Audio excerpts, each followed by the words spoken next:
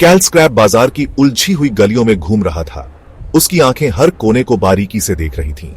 उसके जूते टूटे हुए पुराने उपकरणों और प्लास्टिक पर चरमरा रहे थे। हर कदम के साथ धातु की आवाजें उसके कानों में गूंज रही थीं।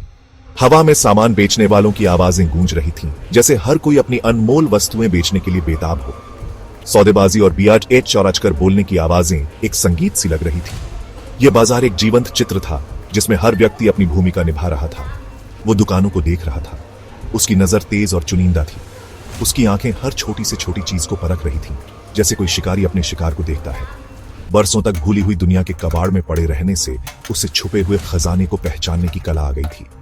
हर पुरानी वस्तु में उसे एक कहानी दिखती थी, एक इतिहास जो समय के साथ खो गया था। आज वो कुछ खास पाने की उम्मीद कर रहा था। उसकी आंखों में एक चमक थी, जैसे उसे यकीन हो कि आज का दिन उसके लिए कुछ नया लेकर आएगा, कुछ ऐसा जिससे वो इस स्क्रैप से हमेशा के लिए छुटकारा पा सके। उसकी उम्मीदें ऊंची थीं और उसका दिल तेजी से धड़क रहा था।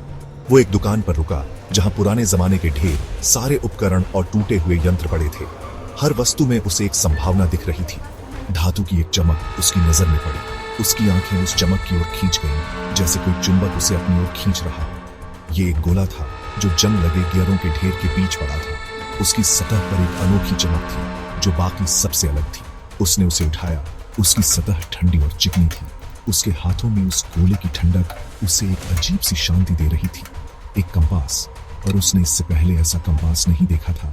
यह कंपास साधारण नहीं था, इसमें कुछ खास था। उसकी सतह पर पेचीदा निशान बने हुए थे, जैसे किसी प्राचीन भाषा में कुछ लिखा हो। ये निशान उसे किसी रहस्य की ओर इशारा कर रहे थे, ऐसे प्रतीक जो किसी अनजान ऊर्जा से गूंज रहे थे। ये ऊर्जा उसे अपनी ओर खींच रही थी, जैसे कोई अदृश्य शक्ति उसे बुला रही हो। ये कंपास कितने का है बाबा? कैल ने दुकानदार से पूछा। उसकी आवाज रूखी थी। उसकी आवाज में एक अजीब सी बेचैनी थी। दुकानदार एक युवा आदमी जिसकी आंखों में सदियों का ज्ञान था, उसने कैल को देखा। उसकी आंखों में एक चमक थी, जैसे वह कैल के सवाल का इंतजार कर रहा था।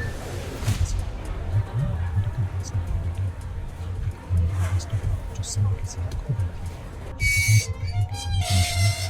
उसकी आवाज में एक गर्व था, जैसे किसी महान रहस्य को प्रकट कर रहा हो।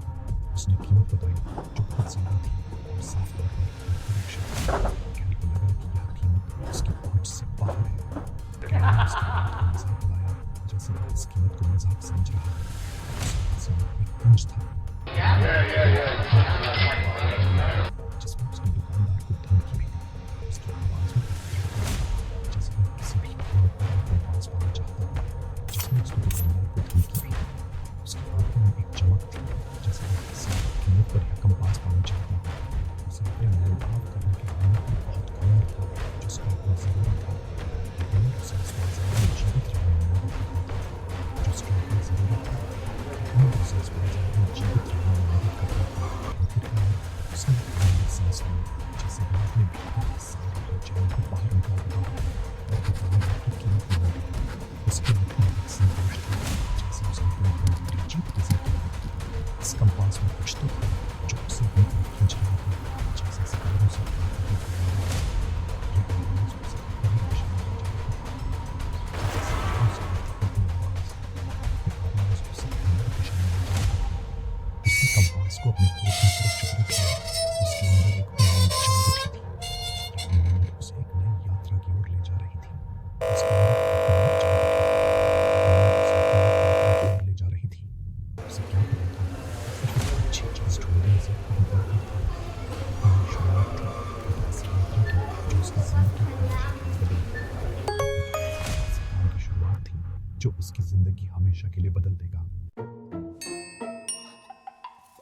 अपनी अस्थायी वर्कशॉप में वापस आकर कैल ने ध्यान से अपने इनाम को देखा।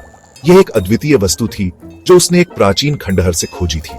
कैल को इस वस्तु के बारे में बहुत कम जानकारी थी, लेकिन वह जानता था कि यह कुछ विशेष है। कंपास छूने पर गर्म लग रहा था, जैसे इसमें कोई जीवंत ऊर्जा हो। कैल ने इसे अपने हाथों में उठाया और महसूस किया कि यह साधारण धातु नहीं थी।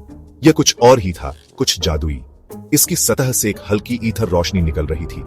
यह रोशनी इतनी कोमल थी कि यह अंधेरे कमरे को भी रोशन कर रही थी। कैल ने सोचा कि यह रोशनी किस प्रकार की ऊर्जा से उत्पन्न हो रही है। उसने अजीब प्रतीकों को अपनी उंगलियों से छुआ, जो कंपास की सतह पर उकेरे गए थे। प्रतीक बहुत ही जटिल और प्राचीन लग रहे थे, जैसे वे किसी खोई हुई सभ्यता के हों। उनका मतलब एक रहस्य था। कैल ने सोचा कि शायद ये प्रतीक किसी प्रकार का संदेश या निर्देश हो सकते हैं, लेकिन वह उन्हें समझ नहीं पा रहा था। जैसे ही उसने बीच में छुआ, कंपास में जान आ गई। यह अचानक से जीवंत हो उठा, जैसे किसी ने इसे सक्रिय कर दिया हो। कैल ने देखा कि कंपास की सुई घूमने लगी और एक दिशा में स्थिर हो गई। गोले से रोशनी निकली और पूरे कमरे में एक खगोलीय चमक फैल गई। यह चमक इतनी तीव्र थी कि कैल को अपनी आंखें बंद करनी पड़ी। उसने महसूस किया कि यह कोई साधारण रोशनी नहीं थी। कैल ने अपनी आंखों को अपने हाथों से ढक लिया, लेकिन रोशनी इतनी तेज थी कि वह अपनी पलकों के पीछे भी इसे महसूस कर सकता था। यह एक अद्वितीय अनुभव था, जैसे वह किसी अन्य दुनिया में प्रवेश कर रहा हो। वो कुछ देर के लिए इस तेज रोशनी से अंधा हो गया था। जब रोशनी धीरे धीरे कम होने लगी तो उसने अपनी आंखें खोली और देखा कि कमरे में कुछ बदल गया था। जैसे ही रोशनी कम हुई, उसके सामने एक होलोग्राफिक छवि दिखाई दी। ये छवि हवा में तैर रही थी, जैसे किसी जादू से उत्पन्न हुई हो। ये एक महिला थी जो बहुत सुंदर थी। उसकी उपस्थिति इतनी प्रभावशाली थी कि कैल की सांसें थम गईं। वह महिला किसी स्वप्न की तरह लग रही थी, जैसे वह किसी अन्य दुनिया से आई हो, जिसकी त्वचा नीले रंग की चमक रही थी और आंखें तारों की तरह चमक रही थी। नमस्ते, होलोग्राफिक महिला बोली। उसकी आवाज में एक अद्वितीय मिठास और गहराई थी। उसकी आवाज मधुर और अलौकिक थी। यह आवाज इतनी सुकून देने वाली थी कि कैल को लगा जैसे वह किसी जादुई संगीत को सुन रहा हो। मैं नोवा हूँ, ये स्टारलाइट कंपास है, और कैल, तुमने मुझे मेरी नींद से जगाया है। नोवा की आवाज में एक रहस्यमयता थी जो कैल को और भी अधिक आकर्षित कर रही थी। कैल इस दृश्य को देखता रह गया। उसकी आंखों में विस्मय और जिज्ञासा थी। वह समझ नहीं पा रहा था कि यह सब क्या हो रहा है। वो बोल नहीं पा रहा था। उसके मन में हजारों सवाल उठ रहे थे, लेकिन वह एक भी शब्द नहीं कह पा रहा था। यह कोई आम कंपास नहीं था। यह एक प्राचीन और शक्तिशाली वस्तु थी जो किसी खोई हुई सभ्यता की निशानी थी। यह अकल्पनीय शक्ति की निशानी थी और उसने किसी तरह इसे सक्रिय कर दिया था।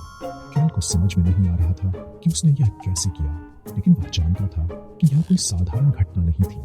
वो अनजाने में ही किसी ऐसी चीज पर ठोकर मार गया था जिसकी उसने कभी कल्पना भी नहीं की थी। यह एक अद्वितीय खोज थी जो उसके जीवन को हमेशा के लिए बदल सकती थी। कैल आखिरकार हकलाते हुए बोला। उसकी आवाज में विस्मय और भय था। उसकी आवाज धीमी थी। वह समझ नहीं पा रहा था कि यह सब कैसे हो रहा है और वह क्या करे। नोवा मुस्कुराई। उसकी मुस्कान में एक रहस्यमयता थी जो कैल को और भी अधिक आकर्षित कर रही थी। उसकी आंखों में शरारत थी।